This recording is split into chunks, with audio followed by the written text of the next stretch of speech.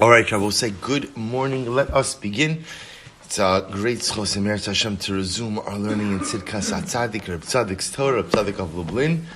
If anyone needs, I know I just announced, I sent it out on the chat, but I made physical copies as well. So there's sheets right by Moshe as well. Although I will tell you also, it's a good investment and addition to your library. If you're looking to grow your library, the edition that we're using is the Oz V'Hadar 2-volume Tzidkas HaTzaddik, which has, as you've seen, the beautiful Perushim of the Be'uri HaChasidus on it, which makes the learning of this sometimes complicated Sefer a little bit easier. So with that, we're skipping a little bit, and we're going to pick up today at Os Nun Hey. Os Nun Hey, Os 55. So we'll say this is really quite beautiful. Let's actually begin looking at it in the Be'uri HaChasidus. So if we take a look again, it's page Kuf Lamed Beis, Os Nun Hey, the Be'uri HaChasidus, the right-hand side. So the Rebbe writes as follows: Mi'achar shekol chata Yisrael, enom nobim mi'etzem nafsham. So we'll say he quotes over here that which we learned. It feels like a very, very, very long time ago. Back in Os Nun Beis, where the Rebbe developed this beautiful idea that the essence of a Jew is tov, right? The essence of the individual is good. And by definition, again, although I may perform many negative actions, many misdeeds, many averos, at my core, I am good. At my core, I'm good. The etzem nafsham of a Jew is good, which therefore by definition means that whenever I sin doesn't emanate from my essence, but rather sin is something that occurs because of some other variety of circumstances. And this is incredibly important because, again, what the Rebbe is really highlighting is we all make mistakes, but those mistakes are not reflective of my inner core. My inner core is good, my inner core is beautiful, my inner core is spiritually intact. Those mistakes are a result of a variety of other things. Those are the other things we're going to try to analyze a little bit in this particular os. So the Rebbe says, so if that's the case, that my essence is good, and therefore chait, sin, does not come me'etzem nafsham, does not come from the essence of who I am. Where does it come from? Memela bar adavar. Therefore the Rebbe says it's clear. Ki im lo haya ish Yisrael shocheach es tzivoy Hashem yisparach lo haya shayich sheyech to la'olam. Well, so this is beautiful. The Rebbe says, so why do we sin? Why do we sin? We sin because we forget the Ribono Shel Olam. That's, if you want to know the dynamic, how sin occurs. Because also think about this, it's a little bit of a steer, it's a little bit of a contradiction. On one hand, if you're going to tell me that the etzem nafsham, that the essence of the Jew is good, right? If that's what you're going to know, that the essence of the Jew is good, then by definition, how does sin occur? To which the Rebbe says, sin occurs when we forget about the Ribono Shel Olam. Well, I just want to point out, even before we explain this in further depth, you understand, of course, that the opening line of the Shulchan Aruch is Shivisi Hashem Lenegdi Samid. I place Hashem before me at all times. And the Baal HaTanya, in the opening chapter of Tanya, says, why is it that the Shulchan Aruch decides to go ahead and start out this way, Shivisi Hashem Lenegdi Samid? Because he posits, which is really what the Mechaber is saying as well, that the most important ingredient for spiritual success is God awareness. God awareness.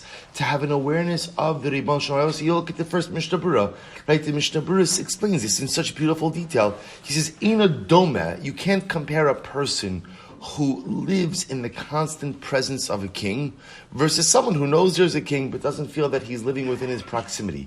Two different dynamics. Shivis Hashem Negdi Samid, God awareness, because when I remember that I'm in the presence of the Ribbon Shalom, that shapes my behavior. Masha'inkin Reb Tzaddik says, and this is incredible, when does sin occur? When does chait occur? It's not about say, I don't sin because I'm a bad person. We're good people. People are good. People in their essence are good. How do I commit averus? I forget about the Ribono Shel Olam. Shichacha. I forget that there's a Ribono Shel Olam. V'im imkein. Rabbi said this is incredible. V'im kein ikar ha'averos shall call ish Yisrael bo'im v'yotzim el hapoel rak machmas hashichacha sheshochiach es chumras hadavar. So we'll say, how does sin occur? The Rebbe writes shichacha. Forgetfulness. Now we're going to see forgetfulness manifests itself in a couple of different ways. Extreme forgetfulness could be that I forget about the Ribbon Shalom. I just forget about God. Everyone say, not that I forget about God and I'm worshiping Avodah Zarah Chas v'Shalom, but sometimes I just have a lapse of my God awareness. Other times, I remember God, but I forget what the Rebbe calls Chumras Hadavar. I forget maybe how bad Chet is and how much Chet should be avoided. V'zeh mipnei, this is beautiful, Shemakor hazechira v'ashichacha hu b'leiv. So the Rebbe says the essence of memory and by extension forgetfulness is found in the heart. K'di isa v'megillah shepirshu chazal lo sishkach harei shichachas halev amr. So it goes to what's the Gemara Maseches Megillah that's commenting on the obligation to remember Amalek. Right, so the Torah says, Zochar es asher asalecha Amalek b'derech b'tzem b'tzayim. Remember, and then the Torah ends off by saying, Lo sishkach, don't forget. And the Gemara there darshans, what does it mean, don't forget? Harei shichachas halev amr. It means, don't forget in your heart. Don't forget. So the Rebbe says, therefore, when we speak about shichacha, forgetfulness, so both forgetfulness and memory are rooted in the heart. Left hand column, page Kuf Lamed Beis Be'urei Chasidus. Shafilu im yitachen shezocher ha'adam b'moach es chumras tzivoy Hashem yisparach b'shar she'over al avera. Because even if you say that a person will remember in his mind, right? Let's say in the mind, intellectually, I remember the importance of the mitzvahs and the importance of not transgressing averus. Mikol makom evadai she'eno zocher zos az balev. We'll say this is incredible.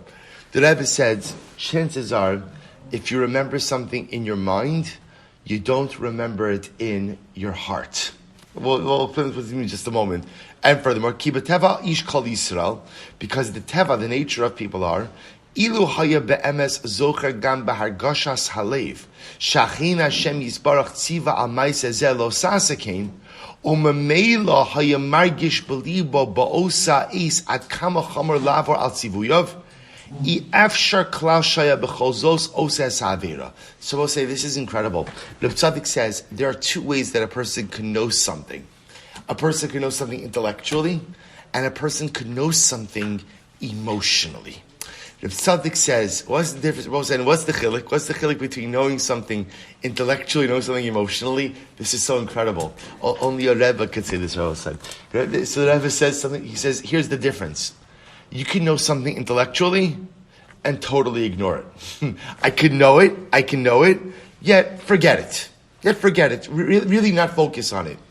Things you know emotionally inform the way you live. Things you know emotionally, at the end of the day, you don't forget. I will say, you hear this incredible yisod, and I think it's so true.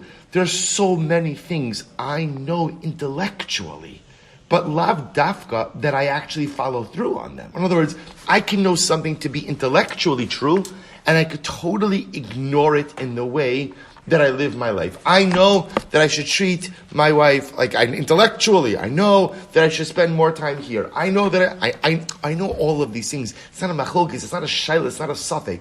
I know it, but lav dafka that I act on it. Because when you know something in the moach, it's easy to go ahead and simply dispense with it.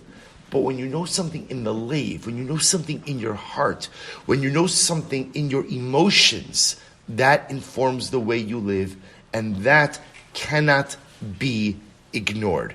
And therefore, says the Rebbe something absolutely amazing. Sometimes when we get ourselves into spiritual trouble, and we commit averus, and we ignore the Ratzon Hashem, that's sometimes because, although I may be intellectually aware, I have emotionally forgotten. And I will say there is this, the Rebbe is developing, first of all, is this dynamic that I could be suffering from non-complete or non-full forgetfulness.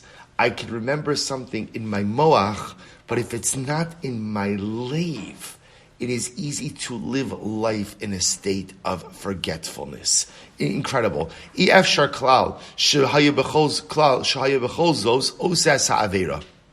We'll have to stop over here. We'll pick up here tomorrow, Meretz Hashem. But the Rebbe has introduced us really to two dramatic ideas. Number one, that chet is the result of forgetfulness. That's number one. Avera only happens in a state of forgetfulness. That's Aleph. Beis, there are two seats of knowledge, my heart and my mind. It is easy, however, to live life with intellectual awareness, but yet that doesn't necessarily inform the way you live.